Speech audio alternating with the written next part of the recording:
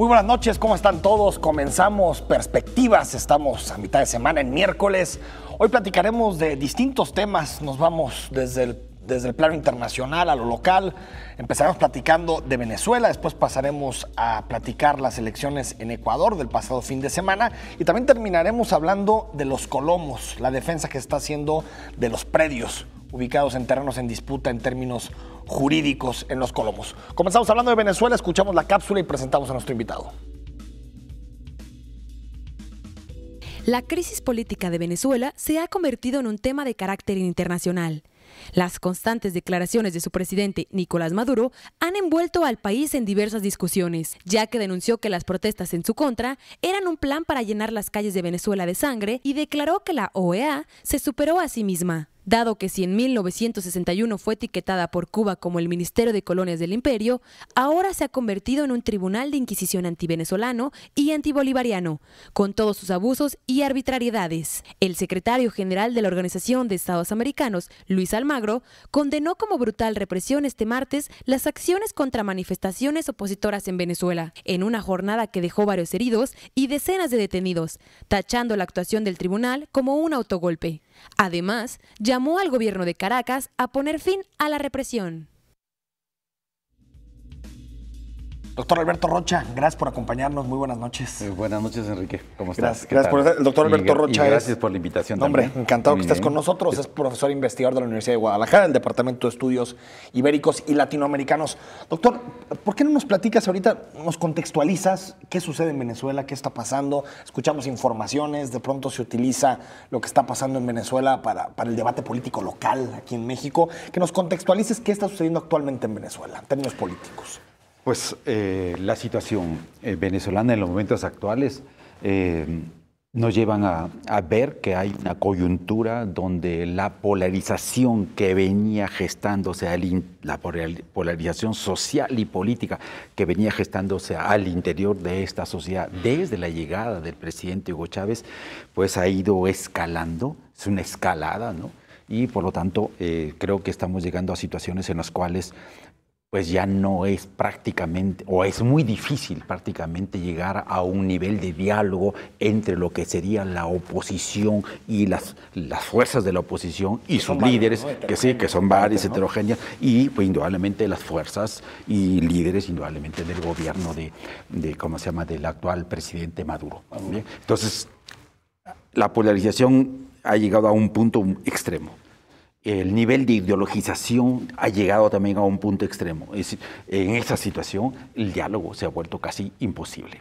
Entonces, lo que ha pasado es que frente a la escalada que venía dándose de parte de la oposición, con posturas muy neoliberales, entonces el gobierno de Nicolás Maduro decide dar un paso que es un paso pues casi autoritario, definitivamente, es decir, permitir que la Corte Suprema, ¿no es cierto?, de Justicia intervenga la Asamblea Legislativa y que por lo tanto anule sus poderes, anule sus capacidades, anule sus funciones.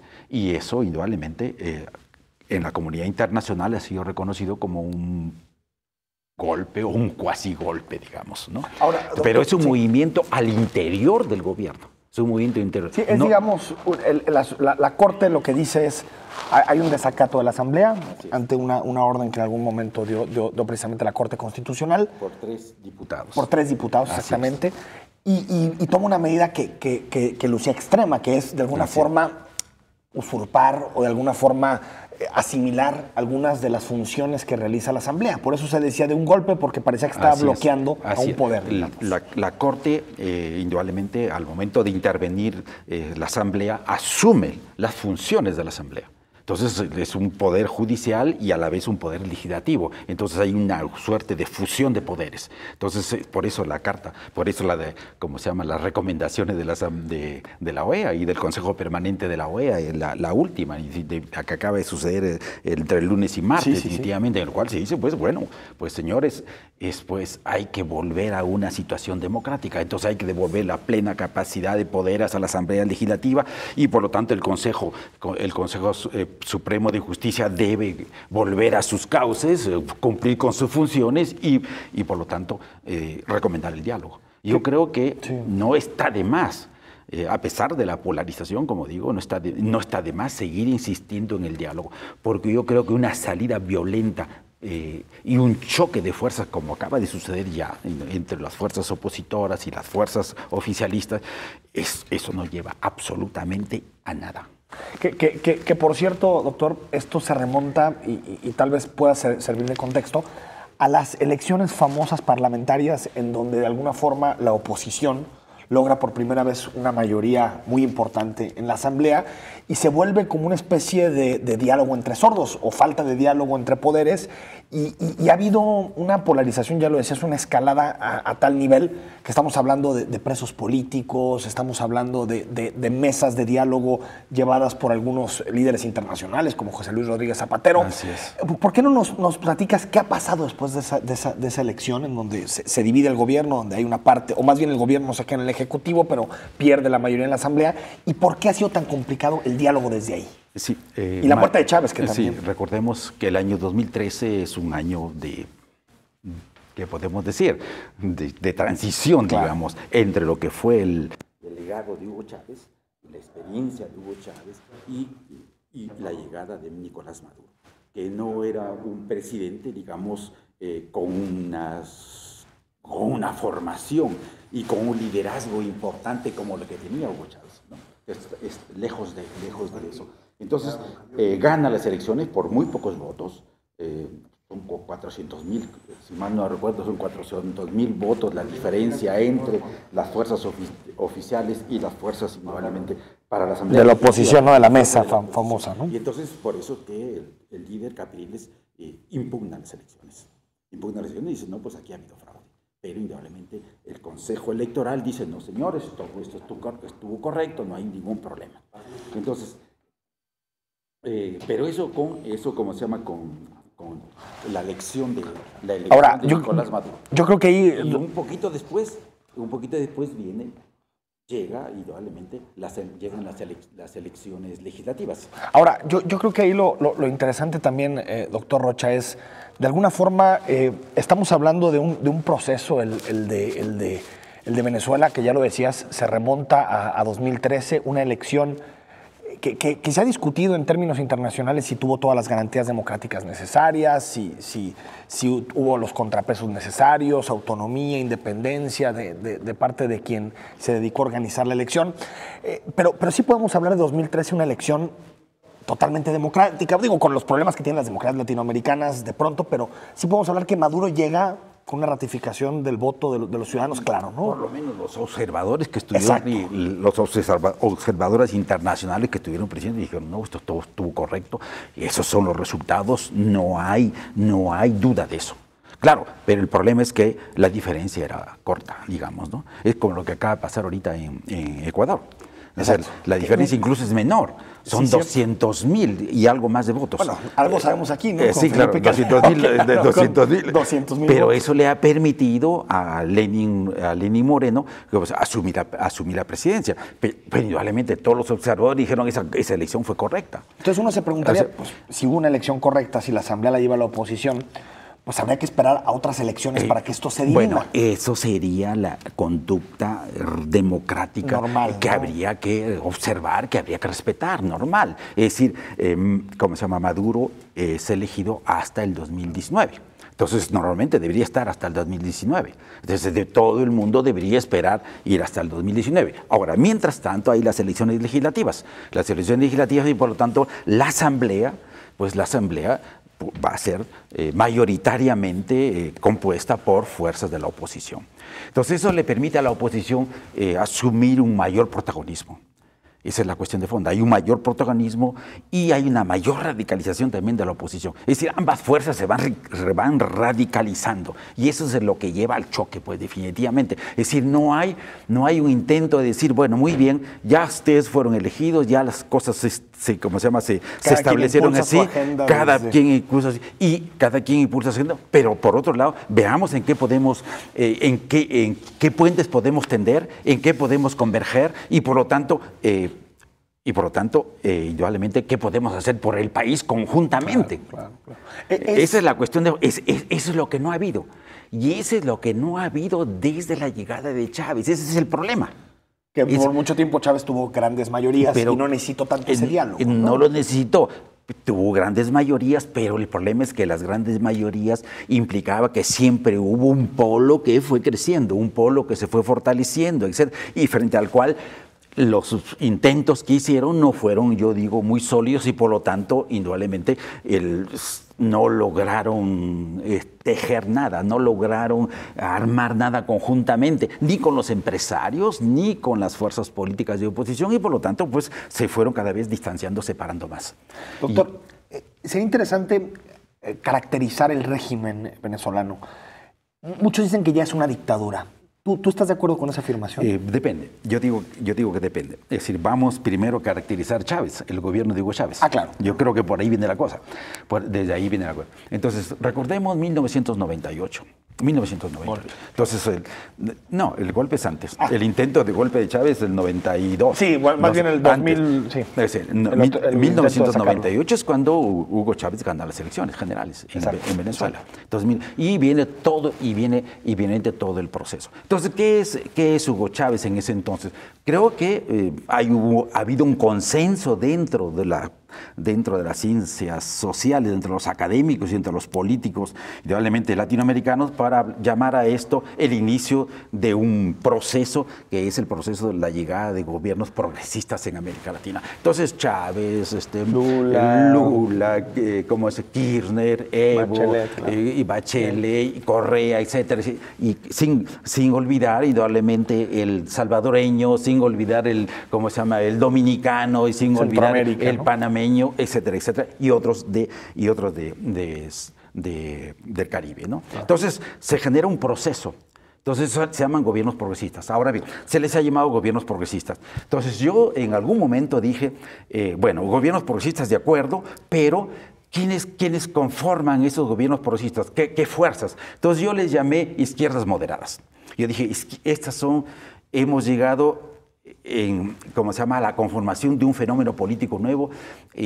Estoy de acuerdo, son progresistas, lo que están apuntando es el desarrollo y el bienestar de sus países respectivos, a eso están apuntalando y por lo tanto el intento de querer sacar a sus países de la periferia y de su desarrollo y por lo tanto combatir la pobreza, todo eso era el progresismo. Ahora bien, pero déjame ir al corte, doctor, y retomamos exactamente aquí. Estamos en Perspectivas platicando con el doctor Alberto Rocha sobre la situación de Venezuela, también hablamos de Ecuador y en general de la situación latinoamericana.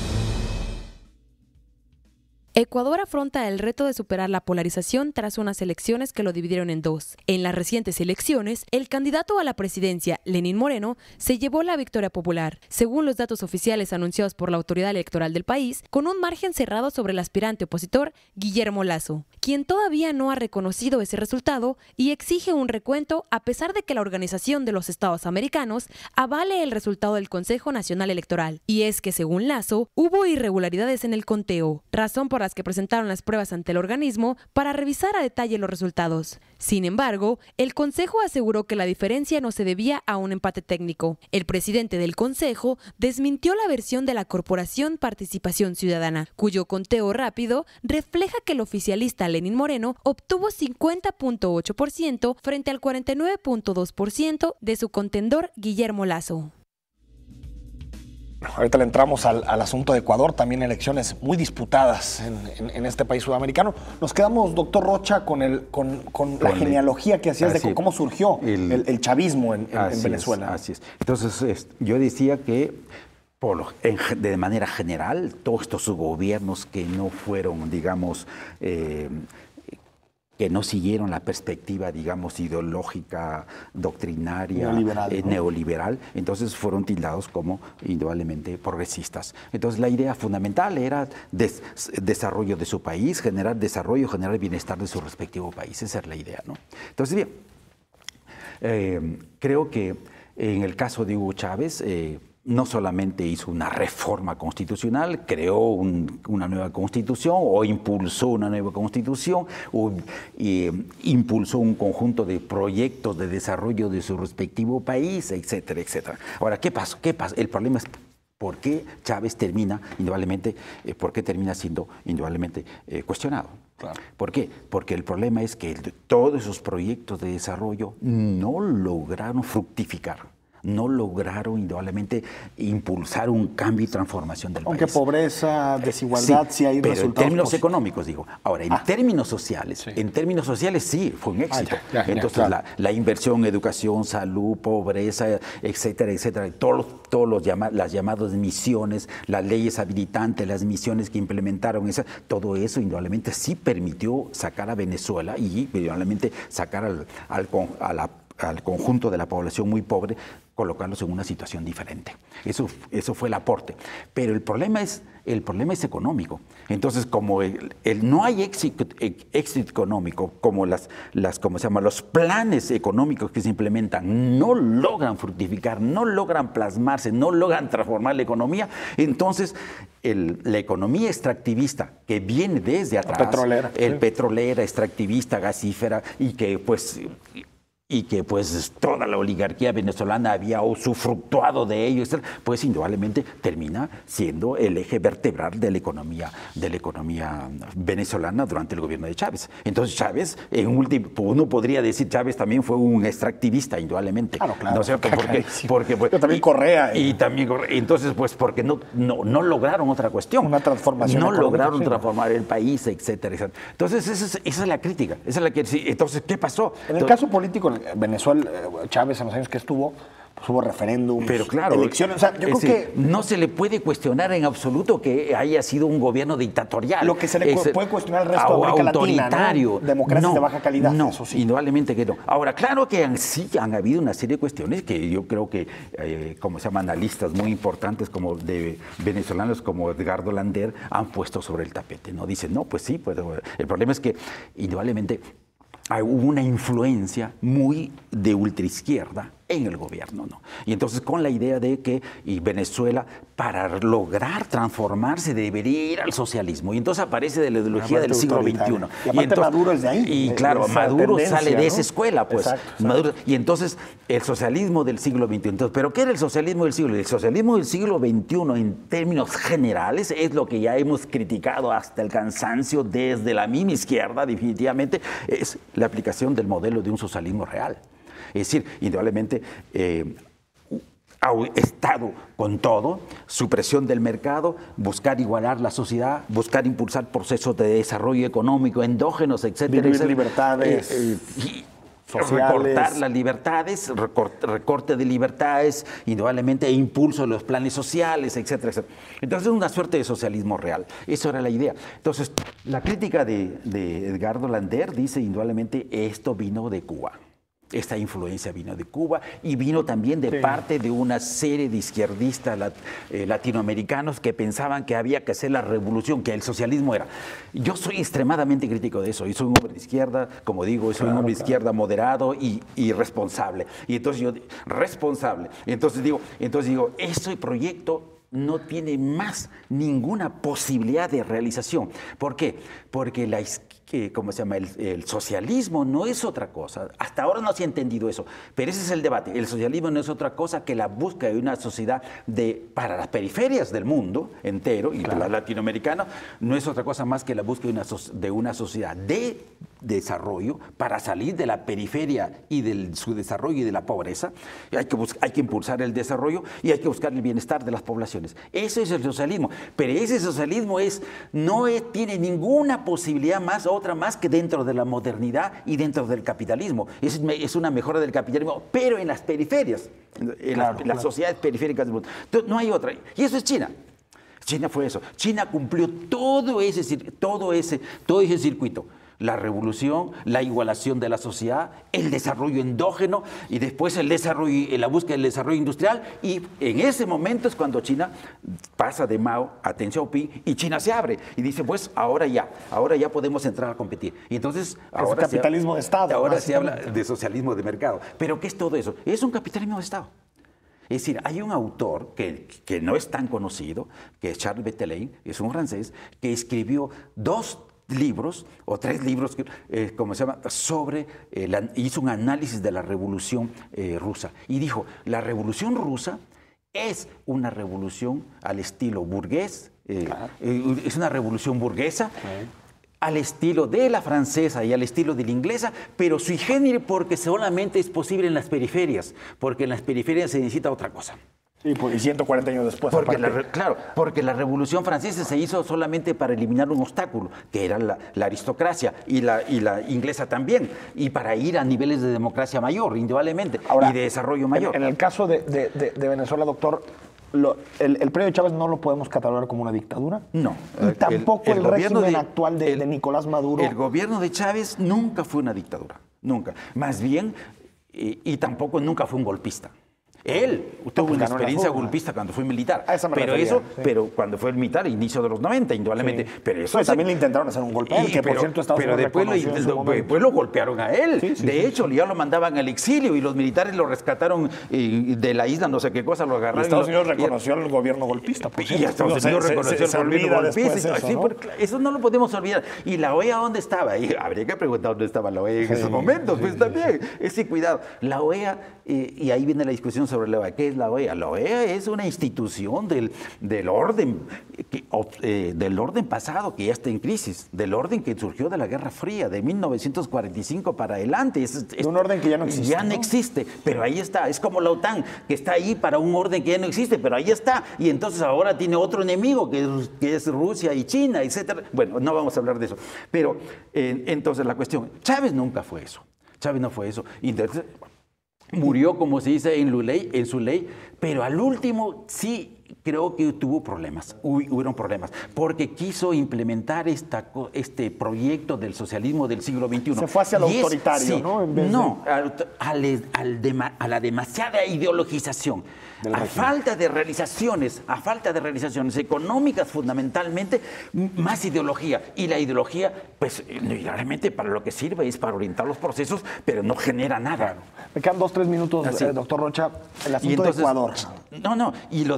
Espera. ¿Y cómo se llama? Y Maduro. ¿Qué es Maduro? ¿Una dictadura? No. Pues ha dado un paso autoritario. Ha hecho elecciones, etcétera, pero ha dado un paso autoritario. Ya lo corrigieron. Indudablemente espero que sepan entender la letra de, ¿cómo se llama?, de la ordenanza, la resolución del Consejo Permanente de la OEA. Deben entenderlo, indudablemente tienen que mantener un orden democrático, no pueden irse a ninguna otra cosa.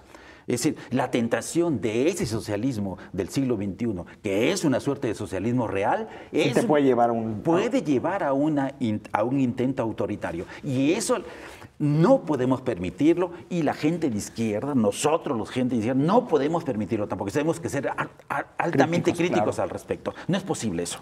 En el caso de Ecuador, ¿qué parece de los gobiernos progresistas en América Latina? El único que resiste, digamos, porque Venezuela tiene una legitimidad bajísima del régimen de Maduro. Si hablamos de Argentina también. ¿Qué pasa en el asunto de Ecuador? Que también ha sido la famosa revolución ciudadana de Rafael Correa. Así es. Ha gozado durante mucho tiempo de muy buena reputación. Después tuvo algunos problemas con las clases medias, sobre todo industrializadas de algunas ciudades, como Guayaquil, y con los indígenas, ¿no? Con la CONAIE, algunos espacios. Digamos, ¿cómo podemos hablar que el correísmo vive después de esta ola conservadora que estamos viendo en América Latina? ¿Cómo se llama? Lenín Moreno, es Moreno, ¿no es cierto? Sí. Lenín Moreno es un continuador. Pero como vemos también, es decir, los gobiernos progresistas no han sido hechos para que se queden eternamente en el poder. Esa es la otra cosa que hay que tener presente.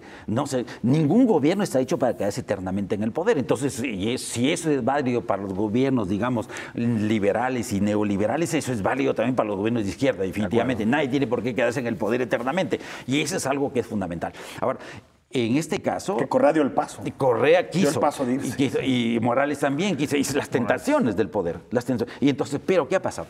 Indudablemente tiene un delfín, como se puede decir, tenía un delfín, que es Lenin Moreno, que es un tipo un líder, pues. Y según dicen, es un líder de una nueva generación, un líder dialogante, un líder que va a poder impulsar, etcétera, etcétera, el bienestar y el desarrollo de Ecuador, etcétera, etcétera. Esperemos, francamente, esperemos que la oposición del otro líder, que es Lasso, que esa oposición no sea una oposición que lleve a la polarización. Es una oposición responsable, que sea una oposición leal, como se suele decir en responsable, inglés, constructiva, ¿no? Y que por lo tanto ambas fuerzas tiendan puentes para el bien del país en su conjunto. Porque después de las elecciones pues hay que tender puentes para seguir construyendo país. Porque no se trata de que ya ganamos y nosotros solos vamos a hacer esto y ustedes al diablo.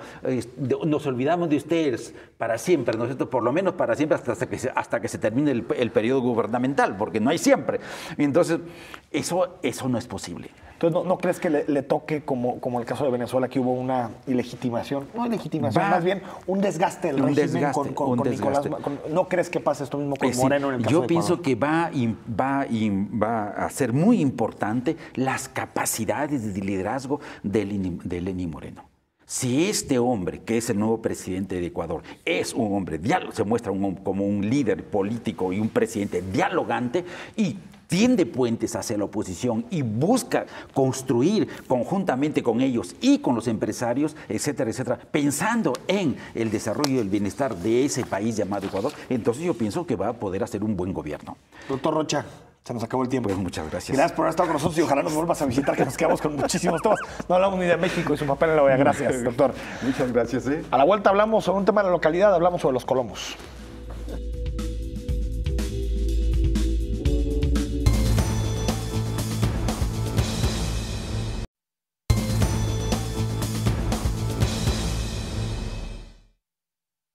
La disputa sobre el terreno correspondiente a Colomos 3 no ha sido del todo resuelta, y es que tras las constantes declaraciones sobre su propiedad, así como los fines a los que se plantea destinar, parece no encontrar una solución. Anteriormente, un juez federal le había ordenado al gobierno del estado hacer la entrega del terreno al particular que dice ser propietario de este. Sin embargo, el mismo gobierno declaró desconocer sobre dicha orden de restitución. El gobernador de Jalisco, Jorge Aristóteles Sandoval, había anunciado que daría a conocer manejos irregulares en juzgados federales, y Roberto López Lara, secretario de Gobierno, argumentó que las escrituras de los supuestos propietarios eran con relación a otros predios. Sin embargo, el secretario general de Gobierno, Roberto López Lara, insistió que en caso de que llegara la orden judicial, no tendría efecto debido a que la extensión territorial propiedad del particular no comprende al Colomos 3. Hasta ahora, no se ha resuelto nada con seguridad sobre el destino del terreno. Estamos de vuelta en Perspectivas. Gracias por continuar con nosotros. Recibimos sus comentarios a las cuentas institucionales, Twitter, Facebook, también a las cuentas personales que aparecerán en pantalla, ya sea sobre el asunto de Venezuela, Ecuador, lo que discutimos sobre América Latina en los bloques pasados, como también el asunto de los colomos que son tan importantes para la identidad de los tapatíos, de nosotros como jaliscienses, y que sobre todo la disputa en términos de propiedad de los colomos se da en un contexto muy interesante, porque también ya empezamos a discutir el tema del tepopote y quiénes son los propietarios de este cerro que sirve como amortiguamiento para la primavera, e incluso también en su momento quiénes son los dueños de los polígonos de la primavera. Y saludamos a Carlos Trejo, él es procurador social. Carlos, ¿cómo estás? Enrique, muy bien, muchísimas gracias. Un saludo a ti, un saludo a tu auditorio. Oye, para que no nos perdamos y ahorita empezamos a entrar en los detalles, platícanos, o más bien actualízanos de cuántos juicios hay en torno al tema de los colomos, a las propiedades, que nos des, digamos, como una especie de panorama legal actual de lo que está reclamando el gobierno del Estado en relación a los colomos. Hay muchos juicios de diversas índoles. Hay juicios que versan únicamente sobre el tema de propiedad, hay juicios ejidales.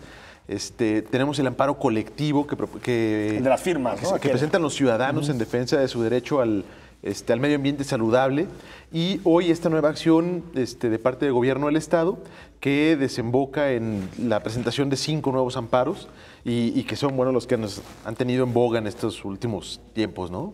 Estos 5 amparos, ¿para qué son en específico?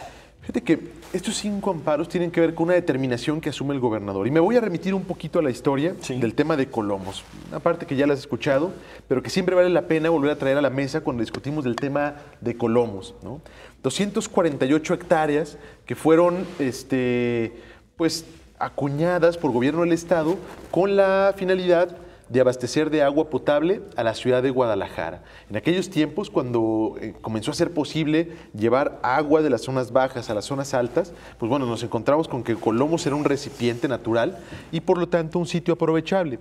En aquel momento los gobernadores del estado determinaron, pues importante, conservar una parte, o sea, la propiedad de estos terrenos donde encontramos cauces superficiales, cauces subterráneos, donde encontramos, te digo, que hay una acumulación y bueno, decidieron comprarlas. 248 hectáreas que a través de la historia, y me detengo aquí nada más para platicar, esta es una verdad histórica, es una verdad indiscutible, 248 hectáreas que compró gobierno del Estado y que a través del tiempo... Estamos hablando, la compra comienza en 1897 y terminan en 1901. Para 1903, un gobernador del estado, Luis Curiel, que abasteciera agua a la zona metropolitana. Con ese objetivo. Todos los paños fueron adquiridos con ese objetivo. Por eso tú ves que los terrenos que fue adquiriendo gobierno del estado siempre son aledaños a los cauces naturales, a las cuencas naturales, a los lugares por donde transita el agua, ¿no? Tierras muy porosas que también en su parte interior, bajo de la superficie, también transita el agua. Y se colocó toda una infraestructura para el aprovechamiento de ello. Entonces se denominaba Aguas de Guadalajara, lo que después fue convertido en Ciapa. Y bueno, se coloca la infraestructura, se acuña en todo este paño de 248 hectáreas, la parte final de los cauces y la parte donde el agua se está depositando. ¿Para qué? Bueno, pues para poderla aprovechar, como contener en un recipiente. De este recipiente se llevaba hacia arriba y después por gravedad se distribuía a la ciudad. Estas 248 hectáreas es qué parte de lo que hoy conocemos de los Colomos. Fíjate, lo más claro de reconocer es la parte de Guadalajara, porque es la parte que vemos arbolada y con caminamientos. Todo el mundo la conocemos. Es que está cercada, digamos. Pero sin embargo, desde la presentación del amparo colectivo decíamos que aunque sí reconocemos la importancia de los árboles, los caminamientos, el espacio para la libre convivencia de la ciudadanía, el espacio para ejercitarnos, este espacio tan público, tan abierto, tan nuestro que son los Colomos, aparte de todo eso, hay un valor intrínseco a este terreno en específico, que no se puede comparar con ningún otro, y es el valor del agua, ¿no? Un problema que las ciudades tendrán que enfrentar. Que eso lo hace público por antonomasia y susceptible a un amparo colectivo.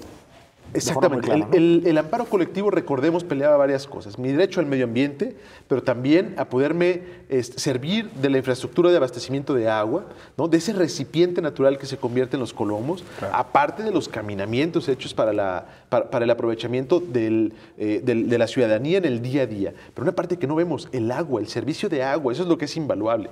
Entonces, a diferencia de este valor inmobiliario que está presionando a los Colomos, a diferencia de él, lo cierto es que este terreno, pues no lo puedes cambiar por otro, porque claro. Tendrías que encontrar otro que tuviera la misma circunstancia de porosidad, del declive adecuado, de convertirse en el lugar en donde todas las aguas confluyen y las puedes aprovechar. Que no existe. No lo hay. Es decir, es imposible encontrar uno igual. En el caso de ahí el tema del amparo colectivo. Ahora, ¿quiénes son estos intereses inmobiliarios que están amenazando estas 248 hectáreas? Mira, diferentes. Y la verdad es que lo complicado de este asunto es que cada vez que gobierno del Estado, desde que inició la gestión del gobernador Aristóteles y con mucha mayor celeridad desde hace más o menos 2 años, el gobernador nos ordenó abocarnos específicamente, arduamente, al tema de Colomos. Es una lucha que el gobernador tomó en sus manos, que entendió y que decidió hacerle frente de una manera, desde mi perspectiva, muy valiente.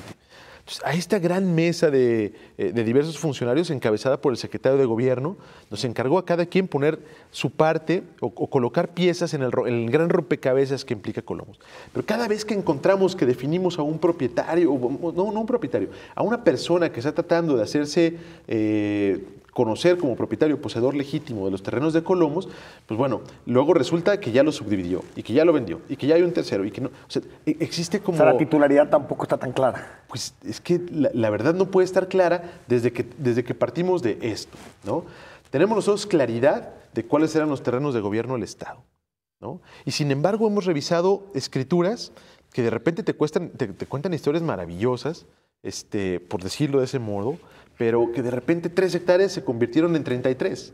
Lo cierto es que las hectáreas son una porción de tierra, es algo físico y tú lo puedes... O sea, dices maravillosas porque se multiplicaron en químicas, digamos. Pues, pero entonces allá. eso lo hace alguien que escritura de forma corrupta. Particulares. Entonces, digo, la parte más compleja tiene que ver con que al momento de revisar, finalmente el gobernador toma una decisión y dice, a ver, todos estos terrenos que aún prestan este servicio de utilidad pública, todos estos terrenos que aún son aptos para recolectar agua, todos estos terrenos que aún debajo de su subsuelo corre el agua, protejámoslos. Y emite una medida con carácter precautorio. Esos terrenos que son bienes públicos de utilidad pública, protejámoslos para que sigan prestando el servicio. ¿Qué más o menos cuántas hectáreas son? 2 hectáreas. Este asunto de las 12 hectáreas. ¿Las 2 hectáreas que son como el polígono central de los Colomos? No, es la parte que vimos en la parte de acueducto. La parte de acueducto. Cercana a periférico. Esta nueva acción de gobierno. Okay, esta es, ¿no? Sobre ella se ejercita la acción. O esta medida precautoria. Y en razón de esta medida precautoria, bueno, se han derivado los 5 nuevos amparos, estos que hoy todo el mundo ha estado discutiendo sobre ellos. Ahora, Carlos, procurador social, es de forma muy complicado saber exactamente quién está detrás de esto, porque te pones a revisar todo el asunto, toda la cronología de Colomos, desde Colomos 3, la defensa, todo, y no sale ningún nombre. Desde tu interpretación, ¿qué son? ¿Prestanombres? ¿Son reales dueños? En realidad los que están detrás tratando de especular y tratando de invadir Colomos no quieren dar su cara. Lo que te ha tocado, porque va más de un año ya de litigios reales, incluso desde las firmas, porque fue hace exactamente un año. Sí. Exactamente quién está detrás. Esta es la complejidad del tema de Colomos. Tú imagínate, Colomos es toda esta mesa que estamos viendo. El amparo colectivo tiene que ver con la parte que está en Guadalajara. Es solamente una tercera parte de lo que tú ves de aquí hacia allá, ¿no? Con el amparo colectivo, la ciudadanía buscaba una determinación judicial en el sentido de que no importa quién sea el propietario, es una zona que presta servicios medioambientales y es una zona fundamental. Y por lo tanto, el bien público tiene que estar por encima de los bienes del interés particular. Exactamente, el interés público. Entonces, no importa quién sea el propietario, nadie puede destrozar lo que me está prestando ese servicio ambiental. Nadie puede construir, en otras palabras. Eso es lo que busca el amparo colectivo y solamente está peleando por la parte de Guadalajara. En la parte de Patria, ya del lado de Zapopan, vemos las acciones como lo que ha ocurrido con este parque de lo que es la unidad del Fortín, que el gobierno del Estado recuperó y conjunto con Zapopan. Que está de Patria del otro lado de la acera. Ya del otro lado, ya de Zapopan. Ya como para el Club Atlas. Exactamente. Sí. Hay un parque nuevo, ¿no? Que Zapopan invirtió por ahí hizo una inversión. Sí. Más que el Polvorín, creo que se denominaba el Fortín. Ah, ok, un poquito más adelante. ¿Sí? A un ladito. Y hay un parque, otra acción recuperada. Entonces, han venido siendo pedacitos que hemos estado tratando de recolectar. Tenemos un poco arriba del Polvorín los asuntos contra el ejido de Zapopan, ¿no? Un asunto litigioso que ya estaba prácticamente perdido, que el gobierno del Estado decidió enfrentarlo y que hoy hemos obtenido una sentencia favorable para que se vuelvan a valorar las pruebas en este asunto y, bueno, seguir dando la pelea por un terreno que es importante. Y está la parte más hacia acueducto, la de Colomos, que es esta 3. Que te estoy platicando. Todos con diferentes personas interesadas, todos con diferentes estrategias jurídicas, pero bueno, en todas con la instrucción del gobernador de no dar un paso atrás. Ahora, digamos, lo que me parece un poco insensato en términos de lucha jurídica es que tengas que ir cachito por cachito.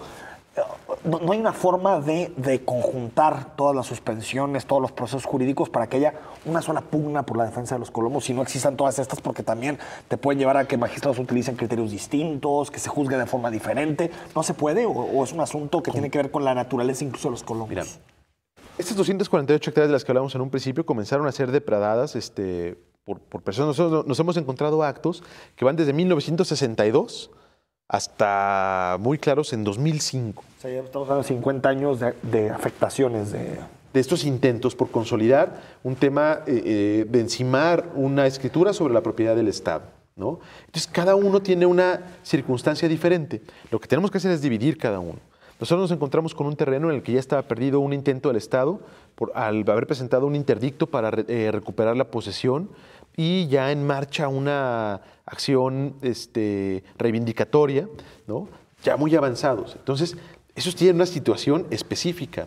Y eso es un juicio determinado. Exactamente. Hay situaciones en las que ni siquiera han venido a pelear con el gobierno del Estado, pero tienen permisos de urbanización. Es una situación diferente y a cada una de ellas hay que darle su solución. Por eso el secretario de Gobierno, yo sigo pensando que hay que reconocerle aquí la parte en la que ha profundizado en el estudio y ha tratado de tomar el traje a la medida para cada una de las circunstancias que está afectando a los colombos. Y son diferentes. Vamos al corte, estamos con Carlos Trejo, procurador social, hablando de los colomos. Escríbanos, mándenos mensajes de tweet, también nos pueden mandar mensajes de WhatsApp.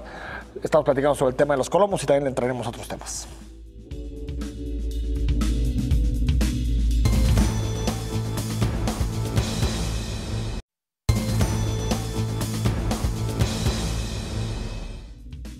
De regreso en Perspectivas, platicando con Carlos Trejo, procurador social. Se nos está yendo el programa, nos quedan algunos minutos. Procurador, el asunto de los litigios, ¿en dónde está? Hace algunos días el gobernador del estado hablaba de posibles magistrados corruptos, así lo dijo, que iban a ir con mucha claridad y los iban a exhibir, utilizó esa palabra. ¿Dónde está? ¿Está en juzgados locales? ¿Está en federales? Mira, tenemos una parte de estos litigios que están en juzgados civiles del fuero común. Tenemos otra parte que está litigando ante autoridades competentes en materia agraria. Y esta nueva parte que se está llevando en su mayor parte hasta ahorita ante juzgados federales, juzgados de distrito y tribunales colegiados de circuito. Ahí está. Aquí estamos. ¿Y no ha habido una sola sentencia en el tema? Bueno, ha habido determinaciones diferentes. Ha habido determinaciones ya de tenido que ir índole. subiendo de escala claro, por impugnaciones. De acuerdo al tipo de amparo que se presenta o al nivel del amparo, pues bueno, lo primero que se pide es una suspensión provisional y a la suspensión provisional tiene que caer una determinación del juez de distrito, ¿no? Si no se ven favorecidos los particulares, pues tienen la posibilidad de ir a un tribunal colegiado. Si el tribunal colegiado falla, bueno, dependiendo del fallo, después el amparo tiene que avanzar a una suspensión definitiva. Si yo te tuviera que hablar en estadísticas un poco de lo que es la perspectiva de los juzgados federales respecto del asunto que estamos llevando en Colomos, yo te diría, mira, lo han revisado, este asunto lo han tenido en sus manos 4 juzgados de distrito y 2 tribunales colegiados, es decir, 10 juzgadores federales. De esos 10 juzgadores federales, yo me atrevo a decirte que, en resumidas cuentas, 4 de los juzgados de distrito han dicho, pues, como es un tema de orden público, tiene razón el gobernador, o por lo menos no concedieron las suspensiones en los términos que le estaba pidiendo el particular. Eso es un punto de razón en el inicio, solamente en el arranque, solamente en la perspectiva que es importante. De la primer vista del asunto. Que es importante, ¿no? porque si te la juegas con suspensión, pues, todavía se vuelve más complejo. Pero bueno, es un litigio, hay altos y bajos y esperamos llegar a un fondo para determinarlo, ¿no? De los tribunales colegiados, me atrevo a decirte que 4 de los magistrados federales se han pronunciado un poco por la certeza de este acto. 2 no tuvieron esa perspectiva. 2 dijeron que probablemente hay un error en la estrategia jurídica. Entonces, el marcador hasta ahorita es tranquilo para el Estado porque ha habido 8 opiniones en un sentido medianamente favorable. En términos de tiempo, ¿hasta dónde se pueden extender los juicios? ¿Cuánto tiempo? Se puede extender muchísimo. A mí me da gusto que hemos escuchado de repente, por ejemplo, hablar a los particulares de que ellos quieren un juicio rápido. Eso está bien. En realidad, lo más rápido es lo mejor, lo más rápido es lo más sano. Mientras tengamos la claridad, la verdad es que este proceso ahorita me parece una cuestión superficial. A lo que tendremos que entrar es al fondo. Vamos determinando si los terrenos son del Estado, si los terrenos son de los particulares, ¿no? Y quitémonos todos de preocupaciones.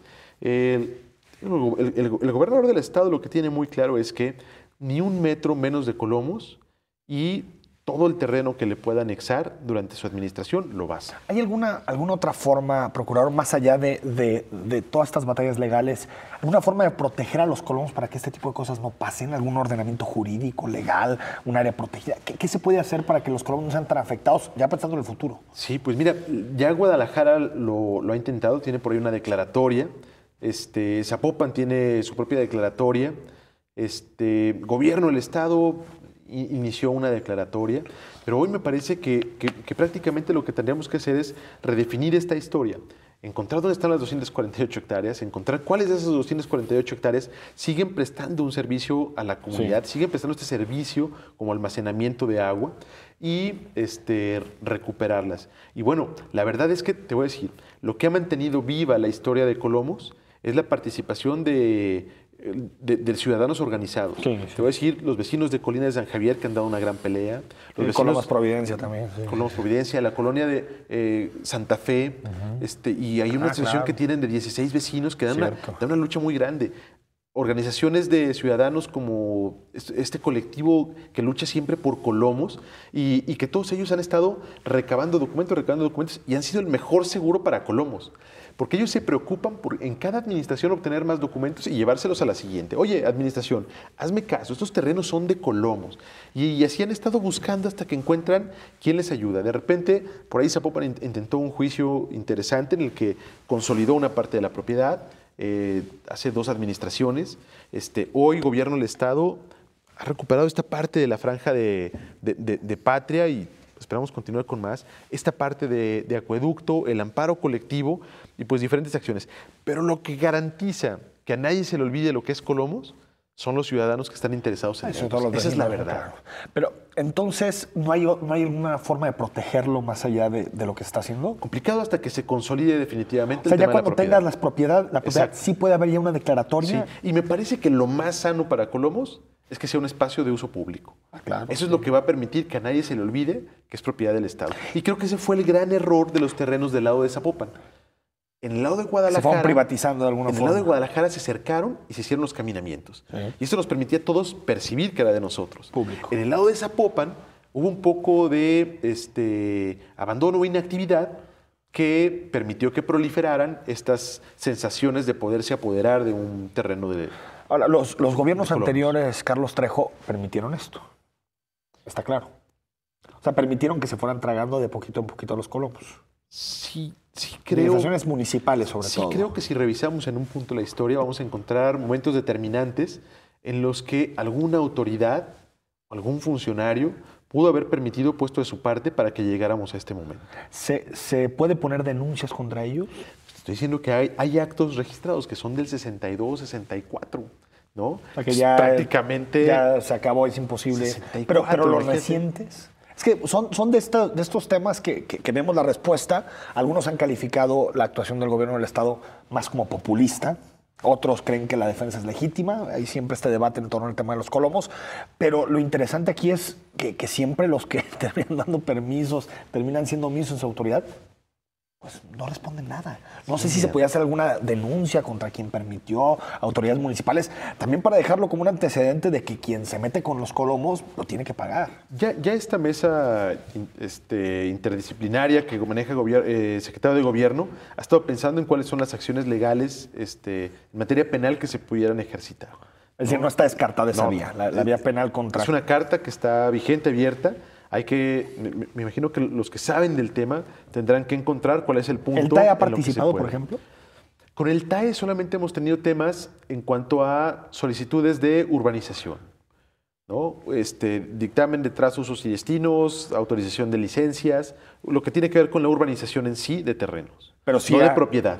Claro, pero sí lo ha permitido, urbanización en terrenos que podrían pertenecer a los Colomos. Sí me parece que pudiera haber 2, tal vez 3 determinaciones del TAE. Que es interesante porque en el TAE, por ejemplo, en el caso de la Primavera y en las vías panamericanas en su momento, operó de forma contraria, ¿no? No permitió la habitabilidad en su momento, cosa que se me hace interesante. ¿Qué otros, Carlos Trejo, qué otros predios, ahorita estamos en la discusión del Tepopote, podrían tener también este tipo de debilidades y vulnerabilidades como tienen los Colomos? ¿Existen otros a nivel metropolitano, a nivel estatal, que pudieran tener los mismos problemas que tienen los Colomos? Pues, amenazas muy claras en términos inmobiliarios. Pues mira, la Primavera es un tema muy discutido en el que me parece que la respuesta de parte de los ayuntamientos es fundamental. Cómo se enfoquen a la defensa del tema de los bordes de la Primavera va a ser fundamental. En el tema de Colomos cobra una relevancia importante, o por qué a los ojos del gobernador, más que de una medida populista, tiene que ver con un tema de agua. Y el agua, queramos o no queramos, va a ser un problema en algún momento. Para ti, para tus hijos, para tus nietos, pero en algún momento de nuestra historia eso tendrá que ser un problema.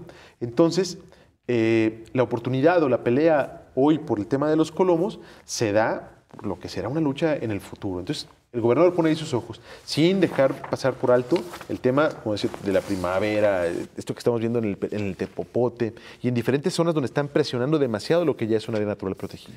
Se puede, ya platicábamos del amparo colectivo, las firmas, aquellas, las 6,000 firmas que se recolectaron. 22,000. 22,000 firmas, gracias por la corrección.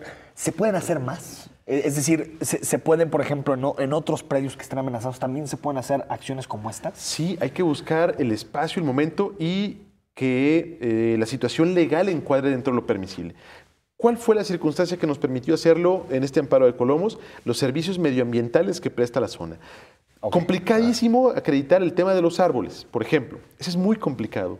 Pero cuando acreditas árboles, el espacio público de aprovechamiento, los caminos que hay, más la infraestructura de agua, es indiscutible que ese predio te presta un servicio que mejora tu medio ambiente, tu calidad de un medio ambiente saludable. El interés público está muy claro ahí. Está clarísimo. Con el asunto del agua. Y el interés legítimo del ciudadano también. ¿Y por qué los árboles es tan complejo, que también es un interés público? Porque tendría que ser una determinación ya muy técnica en la que digas por qué estos árboles me generan en esta zona un efecto positivo.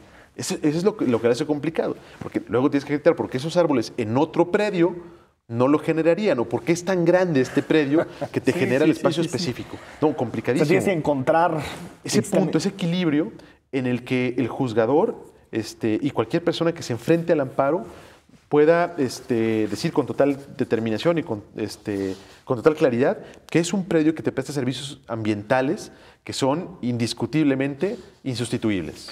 Pues ojalá nos tenemos que ir, Carlos, ojalá por el bien público de Jalisco, de la zona metropolitana, que se lleven a buen puerto estos juicios y también que ustedes empiecen a dar nombres. También para nosotros es importante, no solo para los periodistas, sino para la ciudadanía en general, saber quién está detrás de este tipo de cosas, ¿no? Que si son fraccionadores, si son gente que tiene distintos intereses, especulación, porque hasta el momento estamos a ciegas, no sabemos exactamente quién está entrando contra los Colomos. El secretario tiene muy claro que hay una estrategia jurídica, entonces tenemos que cuidar un poco esa parte. Tiene que ir un poquito en sigilio, entiendo. Tenemos que cuidarlo, que aunque social o mediáticamente no sea lo correcto, pues tenemos que guardarla por la fortaleza de las acciones legales. Carlos Trejo, gracias. Al contrario, Enrique, muchas gracias a ti. Nos vamos hasta el viernes en Perspectivas, Viernes de Personaje.